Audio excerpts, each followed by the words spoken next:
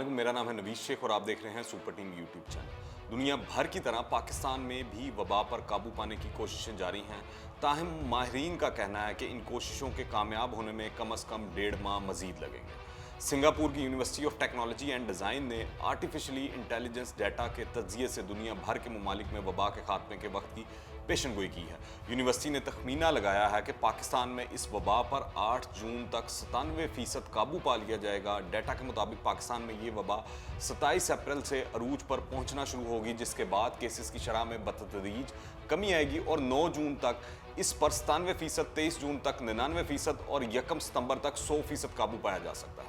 डॉक्टरों ने भी पाकिस्तान में वबा के हवाले से मई के महीने को बहुत अहम करार दिया है, जिसमें एहतियाती तदाबीर पर अमल ना करने से केसेस की तादाद में बहुत ज़्यादा इजाफे के इम्कान का खदशा जाहिर किया जा रहा है। याद रहे कि वफाकी हुकूमत ने वबा के बढ़ते खतरे के पेश नज़र मुल्क भर में लॉकडाउन 9 मई तक बढ़ा दिया था।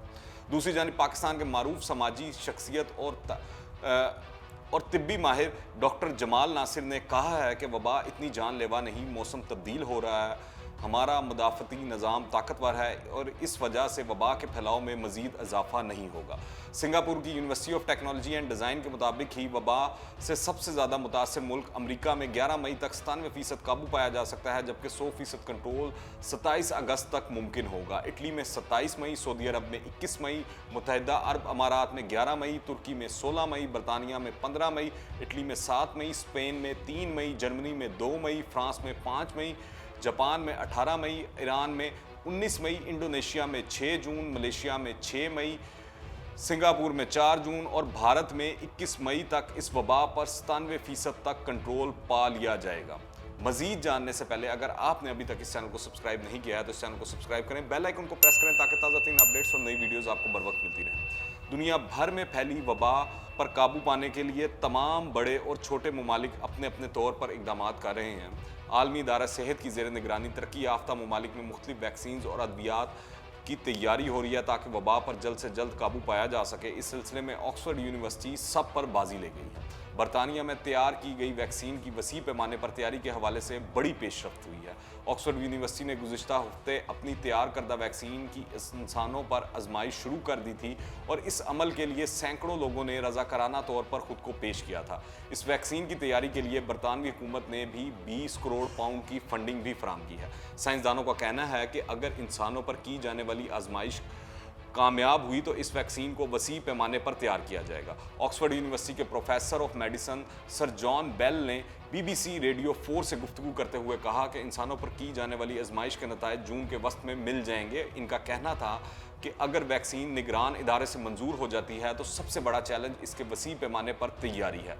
उन्होंने कहा कि वो इस बात को यकीनी बनाना चाहते हैं कि दुनिया इस वैक्सीन को इस पैमाने पर तैयार करने के काबिल हो कि ये बाआसानी तरक्की पजीर ममालिक में पहुंच सके जहां इसकी बहुत ज़्यादा ज़रूरत है।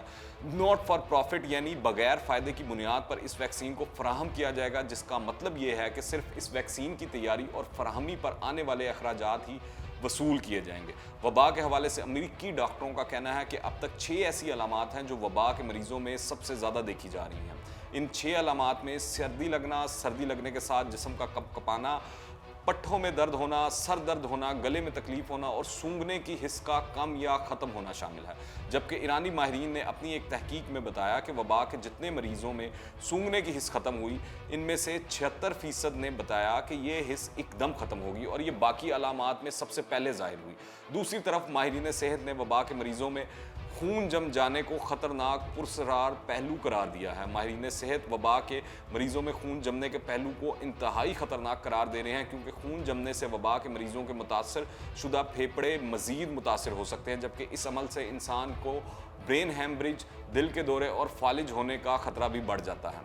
वबा के मुतालिक साइंसदान ये बता चुके हैं कि ये तादेर हवा में मुअल्लक रह सकता है और वहाँ से इंसानों में मुंतकिल हो सकता है। अब चीन के साइंसदानों ने यह भी बता दिया है कि किन मुकामात में फ़ज़ा में वायरस मुअल्लक रह सकता है। इस तहकीक में चीनी शहर वुहान के साइंसदानों ने 2 हॉस्पिटल्स में मुख्तलिफ जगहों की फ़ज़ा से नमूने लेकर टेस्ट किए, जिनसे मालूम हुआ कि इन हस्पतालों में बाकी कहीं भी वायरस नहीं पाया गया। सिर्फ 2 जगहें ऐसी थी जहां पर बहुत ज़्यादा मिकदार में वायरस मौजूद था। इनमें से एक जगह हॉस्पिटल के टॉयलेट और दूसरी जगह वो रूम था जहाँ डॉक्टर्स अपना हिफाजती लिबास वगैरह उतारते थे। साइंसदानों का कहना था ये दोनों जगहें ऐसी हैं जहां पर हवा की आमदोरफ्त ना होने के बराबर होती है। चुनांचे हम कह सकते हैं कि वायरस ऐसी जगहों पर हवा में मुअल्लक रहता है जहां काफ़ी लोग आते जाते हों, लेकिन वहां से हवा की आमद और अखराज का मुनासिब बंदोबस्त ना हो।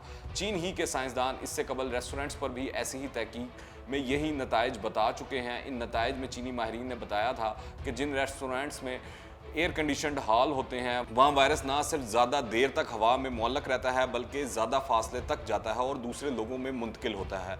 इसकी वजह भी माहिरीन ने इन हॉल्स में हवा की आमदोरफ्त का इंतज़ाम ना होना बताई थी। माहिरीन का कहना है कि लोगों को ऐसी तमाम अवामी जगहों पर जाने से ग्रेज करना चाहिए जहां वेंटिलेशन का मुनासिब इंतज़ाम ना हो। इसी तरह मुहक्किकीन का कहना है कि अल्ट्रा वायलेट रोशनी से वबा के फैलने की रफ्तार को सुस्त किया जा सकता है। गर्म मौसम में बीमारी आर्जी तौर पर सुस्त हो सकती है, ताहम ये वबा ख़ज़ां में वापस और अगली सर्दियों में फिर अरूज पर जा सकती है। न्यूजीलैंड ने वबा के खिलाफ फतह का ऐलान कर दिया है, जो कि बहुत खुशाइन चीज़ है, जिससे न्यूजीलैंड इस मूजी वबा को शिकस्त देने वाले दुनिया का पहला मुल्क बन गया है। मुल्क में वबा के मुकामी सतह के तमाम मरीज सेहतयाब हो गए हैं और मुल्क से वबा का मुकम्मल खात्मा हो चुका है।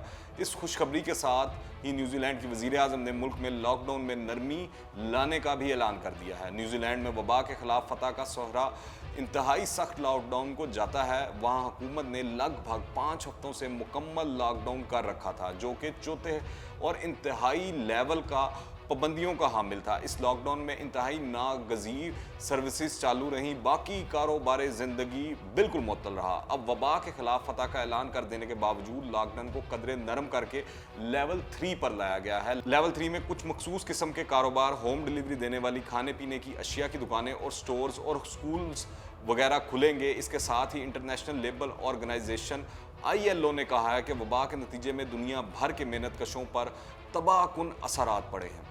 आलमी सतह पर काम के औकात में मुसलसल कमी आई है, जिससे 1 अरब 60 करोड़ मेहनत कशों का रोजगार खतरे में पड़ गया है। रिपोर्ट के मुताबिक बहरान के नतीजे में मजदूरों की आमदनी में 60% की कमी वाक़या हो गई है और इसी तनाजुर में अफ्रीका और अमेरिका में 81%, एशिया और बहरुल अकाइल में 21.6% और यूरोप और वस्ती एशिया में 70% कमी वाक़या हो गई है। अल्लाह करे जल्द इस वबा का बाकी दुनिया से भी खात्मा हो जाए, आमीन। अगर आपने अभी तक इस चैनल को सब्सक्राइब नहीं किया है तो इस चैनल को सब्सक्राइब करें, बेल आइकन को प्रेस करें ताकि ताज़ा तीन अपडेट्स और नई वीडियोस आपको बर वक्त मिलती रहें। अगर ये वीडियो पसंद आए तो लाइक करें और ज़्यादा से ज़्यादा शेयर करें। कमेंट्स में अपनी राय लाजमी दीजिएगा। दुआओं में याद रखें। अंटिल द नेक्स्ट टाइम, अल्लाह हाफिज़।